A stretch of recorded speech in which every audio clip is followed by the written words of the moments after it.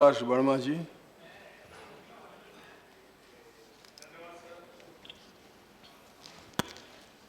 Sir, बड़ी उम्मीदों से आज देख रहे थे हिंदुस्तान के पार्लियामेंट में क्या होने वाला है। सर, मैं भी बहुत परेशान हूँ। कई बार कह चुका हूँ कि हिंदुस्तान में ये गरीबी, लाचारी, मजबूरी और बदहाली की उम्र कितनी होगी। मैं मंत्री से पूछना चाहता था कि आज हम बच्चों को चाइल्ड लेबर पे थोड़ा सा अमेंडमेंट ला रहे हैं और ख़ास तौर पर 14 से 18 साल के बच्चों को एलिजिबल कर रहे हैं कि वो फैमिली के एंटरप्राइज में काम करेंगे। तो फैमिली का जो एंटरप्राइज है उसके जो डायमेंशन है उसका जो असर दिखाई पड़ रहा है, मुझे लगता है सरकार ने गौर किया नहीं उसके ऊपर। सर, हमें कभी कभी लगता था जब से हम लोगों ने भाग्य सीख लिया, अभी हमारे मंत्री जी बता रहे थे, पूर्व मंत्री जी, कि सरकार बहुत कुछ कर रही है। क्या करेंगे जब भाग्य ही खराब होगा लोगों का। हिंदुस्तान में तो भाग्य बहुत चलता है, अगर कुछ नहीं हो पाया तो भाग्य के सहारे। 70 साल हो गया सर हिंदुस्तान की आज़ादी को। लाचारी, मजबूरी, गरीबी, बदहाली और बच्चों के साथ शोषण, ये हमारी सामाजिक परंपरा है। सब बड़ी शर्म की बात है कि हिंदुस्तान के अंदर बच्चों से मजदूरी कराना किसी को शर्म नहीं आती। ये डिमांड है लोगों की कि नहीं, बच्चे को नौकर चाहिए। और हमारी सरकार पीस मील में काम कर रही, पीस मील में, टुकड़ों टुकड़ों में दिल भर रही हिंदुस्तान की जनता का, दिखा रही कि संसद बहुत काम कर रही। रिजल्ट क्या है? वहीं के वहीं। सर, एक ऑर्गेनाइज सिस्टम, हिंदुस्तान बच्चों के शोषण करने का सामाजिक तौर पर, आर्थिक तौर पर एक ऑर्गेनाइज सिस्टम है। और इस ऑर्गेनाइज सिस्टम से लड़ने के लिए हमारे पास में इतना लचरा कानून, इतना कमजोर कानून। सर, आज तक हम डिफाइन ही नहीं कर पाए कि चाइल्ड लेबर है क्या भला। सर, हाई कोर्ट ने इस बात का इंदराज किया, दिल्ली हाई कोर्ट ने राज्य सरकार को आदेश दिया था डिफाइन करिए और चाइल्ड लेबर का टोटल एलिमिनेशन करने के लिए एक्शन प्लान बनाइए। सरकार एक काम कर रही है, पीस मिल में काम कर रही है। सर, ये चाइल्ड लेबर का जो इश्यू है ये कोई मामूली इश्यू नहीं, ये पूरे हिंदुस्तान में लोगों को प्रभावित करता है। और सर, बड़े अफसोस की बात है कि इसी पार्लियामेंट की स्टैंडिंग कमेटी ने अपनी जो सिफारिशें रखी उसमें साफ साफ इस बात का इंदराज किया कि जो प्राविजन किए जा रहे हैं, सरकार जिस नियत से, जिस मंशा से उसमें चेंजेस ला रही है वो ठीक नहीं, वो अपने लक्ष्य को पूरा नहीं कर सकते। Sir, ease of doing business के नाम पर, आर्थिक सुधारों के नाम पर हमने इस देश की व्यवस्था को और संसाधनों को बाहर वालों के हवाले कर दिया। हम बहुत खुश हैं। मेहरबानी करके रहम करिए, माननीय मंत्री जी, रहम करिए। ये सरकार रहम करे हिंदुस्तान के बच्चों पर। इन बच्चों को भाग्य के सहारे मत करे। ये बहुत जिम्मेदारी आपकी है। आखिर ये बच्चा लेबर कैसे बन जाता है? मैं पहले भी यहां संसद में कह चुका हूं कि जिन बच्चों को स्कूल में होना चाहिए, जिन बच्चों को हमें एक मानव संसाधन के तौर पर विकसित करना है, इस जिम्मेदारी को हमें महसूस करना चाहिए। आज वो बच्चे मजदूरी कर रहे हैं और हम यहां बैठ करके तसल्लीजनक तरीके से चर्चा कर रहे हैं। सर, ये सिर्फ चर्चा का विषय नहीं है, ये तो एक समग्र क्रांति का विषय है। मैं माननीय मंत्री जी को बता देना चाहता हूं और सरकार को भी बता देना चाहता हूं कि इस हिंदुस्तान में स्टेट्समैन बनने का रास्ता खुले बाजार के रास्ते से नहीं है। स्टेटमैन बनने का रास्ता WTO के माध्यम से भी नहीं है, वो अमेरिका से युद्ध संधि करके भी नहीं है, वो बच्चों के दिल में राज करके आगे बढ़ने का रास्ता है। हमने देखा अभी कुछ समय पहले जब हमारे पूर्व राष्ट्रपति जिनका निधन हुआ, उनके निधन होने के बाद सर ये पूरा राष्ट्र स्तब्ध रह गया। हिंदुस्तान का हर बच्चा, चाहे वो किसी कौम का था, चाहे किसी मजहब का था, उसके दिल में चोट थी। आज हमको ये रास्ता दिखाई पड़ गया कि हिंदुस्तान में कैसे स्टेट्समैन पैदा किया जाता है। आज हम सरकार से इस बात का आग्रह करते हैं कि वो बच्चों के दिल में झांक के देखें। वो 22 करोड़ बच्चे जो प्राइमरी स्कूलों में हैं और इतने ही बच्चे जो इससे ऊपर के स्कूलों में हैं, आज वो आपसे क्या चाहते हैं, वो आपकी तरफ किस लिए देख रहे हैं, आज आप क्या करने जा रहे हैं उनके साथ में। सर, हम इस बात के लिए पूरे तौर पर कह देना चाहते हैं, ये जो आपने 14 से 18 का डिवीजन कर दिया है बच्चों के बीच में, ये न्याय संगत नहीं है। ILO कन्वेंशन 138 साफ साफ कहता है कि किसी भी हाल में हम हिंदुस्तान, पूरी धरती के हिंदुस्तान तो छोड़ दीजिए, पूरी धरती के 0 to 18 इन बच्चों को हम ऐसे कारोबार के हवाले नहीं कर सकते जहां पर उनका शारीरिक या उनका मानसिक या उनका नैतिक कहीं ना कहीं शोषण होता है या उनका पराभव होता है। पर आज हम कानून में एडजस्टमेंट करने जा रहे हैं, तो ये बात हमारी समझ में नहीं आ रही। 1975 में इसी संसद ने यह तय किया था कि हिंदुस्तान के बच्चे हमारे सबसे महत्वपूर्ण राष्ट्रीय संसाधन है। कहां गया वो संकल्प?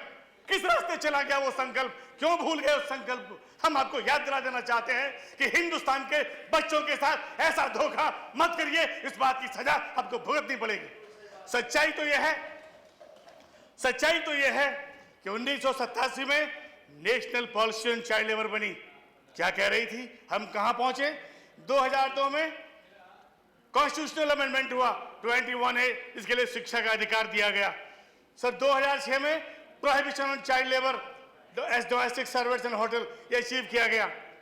उसके बावजूद भी 2011 की सेंसस में आपको मालूम है कितना बच्चा चाइल्ड लेबर था? जब हम सरकार की बात सुनते हैं तो हमें कभी कभी लगता है कि नौकरशाही बोल रही है, ये कोई जनता का नेता नहीं बोल रहा। आपको तय करना पड़ेगा, आप जनता की पब्लिक के साथ खड़े हिंदुस्तान की, कि आप नौकरशाहों के साथ में खड़े हुए हैं। और हिंदुस्तान के नौकरशाहों की जो सीमाएं हैं वो हिंदुस्तान की सीमाएं नहीं बन सकती, ये मैं आपसे आगाह कर देना चाहता हूं। जिस तरीके से आप लोग इस बात को लेकर चल रहे हैं, ये समझ में आने के लायक बात नहीं है। सर आखिर बच्चा बाल श्रम बनता कैसे है? ये तय हो गया था कि हर बच्चे को स्कूल में होना है, और ये एडहॉक सिस्टम, ये सर्व शिक्षा अभियान का एडहॉक सिस्टम हम तो कई बार कह चुके हैं। इस हिंदुस्तान में एक रेगुलर एजुकेशन सिस्टम क्यों नहीं बन के आता? एक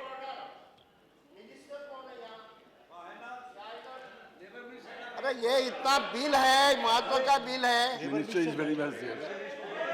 लेबर मिनिस्टर भी होना चाहिए, लेबर मिनिस्टर भी है सर, इस पर तो प्राइम मिनिस्टर लेबर मिनिस्टर भी है। ये हिंदुस्तान के 42 करोड़ 50 करोड़ लोगों का खाली मामला है। लेबर मिनिस्टर का नहीं है, चाइल्ड वेलफेयर की भी बात है। सर मैं सिर्फ आगाह कर देना चाहता हूं कि कहां पर चूक हुई है। जिस देश के अंदर आजादी के 10 वर्षों के बाद में ही हर व्यक्ति को शिक्षित हो जाना चाहिए था, वहां पर आज भी शिक्षा की स्थिति बहुत खराब है। और दुर्भाग्य है हमारा कि आज भी हम अपने नन्हे बच्चों को जो शिक्षा दे रहे हैं उसके लिए हम कोई एक रेगुलर एजुकेशन सिस्टम नहीं बना पाए। एक एडहॉक सिस्टम के सहारे, तदर्थ व्यवस्था के सहारे, सर्व शिक्षा अभियान के सहारे हम उनको शिक्षा देने का प्रयास कर रहे हैं। कहीं टीचर नहीं है, कहीं स्कूल नहीं है, कहीं किताबें नहीं है, कहीं कोई समस्या है, और हम टीचर नहीं दे रहे। दुर्भाग्य है कि हम उनको टीचिंग सर्वेंट्स के हवाले कर दे रहे हैं, जिनको पढ़ाने से बच्चों से मोहब्बत नहीं है, उनका बच्चों से पढ़ाने में मन नहीं लगता। आज यही कारण है कि ड्रॉप आउट है। आधी आबादी जितने बच्चे एनरोल्ड हैं, लिटरली उसका 50% ड्रॉप आउट है। आप कह सकते हैं, आपके पास में आंकड़ा है कि हमारे पास में लगभग 4.35 मिलियन चाइल्ड लेबर हैं जो सेंसस में आए, लेकिन जो गैर सरकारी संगठन हैं जो समाज के बीच में रहते हैं, उन्होंने बताया है कि ये तादाद 11 मिलियन से भी ज्यादा है, 1 करोड़ से भी ज्यादा। ये कोई छोटी घटना संख्या नहीं, लेकिन हमें समझ नहीं आता कि आखिर हम इतना एडहॉक तरीके से काम क्यों कर रहे हैं। सर कहीं कभी ऐसा लगता है कि सरकार ने इंडस्ट्रियल लॉबी के सामने सरेंडर तो नहीं कर दिया? जितने इस हिंदुस्तान के अंदर चाइल्ड लेबर हैं, उतना ही नौजवान बेरोजगार सड़कों पर घूम रहा है। और आज हम ये पूर्ववक्ता कह रहे थे कि जो बच्चा बेरोजगार घूम रहा है, जो बच्चा दिशाहीन घूम रहा है, जिसके पास में लक्ष्य नहीं है, और कभी कभी मुझे लगता है, मैं बता देना चाहता हूं कि जिस चीज के लिए कहा जा रहा था कि हिंदुस्तान एक डेमोग्राफिक डिविडेंड के मुहाने पर खड़ा है, मैं बता दूं आप एक डेमोग्राफिक डिजास्टर के दहाने पर खड़े हैं, जिसका तो कोई आपको माफ नहीं करेगा। ऐसी परिस्थितियां बनने जा रही, आप कैसे पीछे रह सकते हैं? आपका तो फर्ज बनता था कि हर हाल में बच्चों को हम शिक्षित करते, उनको अच्छा नागरिक बनाते। और सर सबसे बड़ी दिक्कत यह हो रही है कि जो क्लास और जो बच्चा नौकरी के लिए जा रहा है, ऊपर से दूर से देखता है कि हाँ कुछ लोग अच्छे घरों में पैदा हुए, अच्छे स्कूलों में पढ़े, उनको अच्छा खाने को मिलता है, अच्छा पहनने को मिलता है, उनको इज्जत मिलती, मैं मंत्री से कहना चाहता हूं आज, अगर 2 बच्चे आपके हों तो मेहरबानी करके एक को तो प्रिंस की तरह पालिएगा, अच्छा खिलाइएगा, अच्छा पहनाइएगा, उसको सम्मान दीजिएगा, प्यार दीजिएगा, और दूसरे बच्चों को उन बच्चों की तरह पालिएगा जैसे हिंदुस्तान के चाइल्ड लेबर पाले जाते हैं। आपको पता लग जाएगा 70 वर्षों में हिंदुस्तान कहां पहुंच गया है और क्यों पहुंच गया है और क्या उसका समाधान। मुझे कोई गलती नहीं इस बात को बताने के लिए कि जिस तरीके से पीस मील में हिंदुस्तान के बच्चों के साथ में काम किया जा रहा है वो हिंदुस्तान के भविष्य को खराब करने जा रहा है, उससे फायदा नहीं होगा। आपने बच्चों में डिवीजन कर दिया।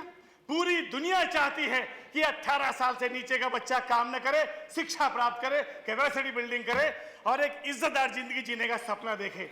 आप उनको बता रहे हैं कि बच्चा फैमिली एंटरप्राइज में काम करेगा। मैं आपको आगाह कर दूं, अभी कुछ दिन पहले दिल्ली में एक भयानक घटना घटी। एक लड़की के साथ में दुर्व्यवहार हुआ, निर्भया के साथ में। जो छोटा बच्चा था जिसने सबसे ज्यादा एट्रोसिटीज परफॉर्म करी, आप जानते हैं कौन था? वो चाइल्ड लेबर था। बोले फैमिली एंटरप्राइज में लाकर चाइल्ड लेबर लगाया गया था। तो चाइल्ड लेबर का जो मनोवैज्ञानिक स्तर है, जो मॉरल डिग्रेडेशन उसका हुआ है, जितनी नैतिक क्षति उसकी और उन बच्चों की हुई है जो चाइल्ड लेबर के शिकार हैं, क्या आपको एसेस करने में देर लग रही है? मुझे लगता है कि आपको सच्चाई को रूबरू होकर सामना करना चाहिए और अपने शेल से बाहर आ जाना चाहिए। सर, मैं बार बार कहता रहा हूं कि जो लोग हिंदुस्तान में गरीबी के इशू को एड्रेस करना चाहते हैं वो अपने आप को भी धोखा दे रहे हैं और राष्ट्र को भी धोखा दे रहे हैं। मुद्दा गरीबी नहीं, मुद्दा प्रोडक्टिविटी है। आज की तारीख में जो भी हिंदुस्तान में पैदा हो, चाहे किसी कौम में हो, किसी मजहब में हो, किसी जात में हो, उसको पढ़ लिख करके वर्ल्ड क्लास ह्यूमन रिसोर्स बनने का और एक इज्जत की जिंदगी जीने का अधिकार मिल जाना चाहिए था। आज जब हम गरीबों की बात करते हैं तो सर, गरीबी यह सिक्के का खेल नहीं, यह सिस्टम का खेल है। अगर गरीबी हिंदुस्तान में थी तो 47 तक थी, 50 तक थी तो गनीमत थी। 1950 के बाद जब हिंदुस्तान में हमारा संविधान लागू हो गया, उसके बाद अगर हिंदुस्तान में गरीबी कायम है तो उसके लिए सरकार गुनहगार है और सिस्टम गुनहगार है। हिंदुस्तान का हर आदमी जो मेहनत करना जानता है, जो मेहनत करके आगे बढ़ना जानता है, अगर वो शिक्षित नहीं हुआ है, हुनरमंद नहीं हुआ है तो अंडर प्रोडक्टिव है, वो गरीब और लाचार मजदूर नहीं। तो कब हम डेफिनेशन बदलेंगे इस चीज की? आज गरीबी के कारण ये कहा जा रहा है बच्चों को नौकरी कराई जा रही, आज गरीबी के कारण ये बताया जा रहा कि बच्चों को जो है मजबूर किया जा रहा नौकरी करने के लिए। सर, हम सवाल इस व्यवस्था पर ही सवाल उठाना चाहते हैं। आज हमारी परिस्थितियां ऐसी क्यों बन गई कि हमारे यहाँ बहुत बड़ी तादाद में ऐसे लोग गरीब हैं जिनके बच्चों को मजदूरी करनी पड़ रही है। सरकार चाहती थी कि बच्चे स्कूल में हों, लेकिन बच्चा स्कूल में नहीं है। सारी सरकारी मशीनरी और सारी सरकारी व्यवस्थाएं असफल हो रही हैं और बच्चा चाइल्ड लेबर बन रहा है। और आज हम कंसेशन कर रहे हैं कि 14 से 18 साल के बच्चे को हम फैमिली एंटरप्राइज में काम करने का मौका देंगे। आप देख लीजिए, 80% से भी ज्यादा वो बच्चे जो रिट्राइव किए गए हैं, चाइल्ड लेबरर्स, वो फैमिली मेंबर्स के साथ में ही ट्रैफिकिंग के शिकार हुए हैं। सर, मैं खाली 5 मिनट में खत्म कर देना चाहता हूं। नहीं, आपका समय खत्म हो गया। Sir, government has to take cognizance of the system. Sir, मैं अकेला बोल रहा हूं अपनी पार्टी से। सर, आपको मुझे मौका देना चाहिए।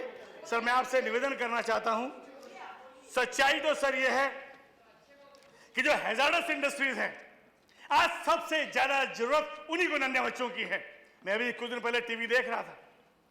सर, 2016 में, हैरत की बात है, 2016 में आज दिल्ली के आसपास में बहुत सी ऐसी केमिकल इंडस्ट्रीज हैं जहां पर नन्हे नन्हे बच्चे प्रोक्योरमेंट किए जाते हैं, उनसे काम लिया जाता है। वो जानते हैं कि जो करने वाले हैं बच्चे की नहीं।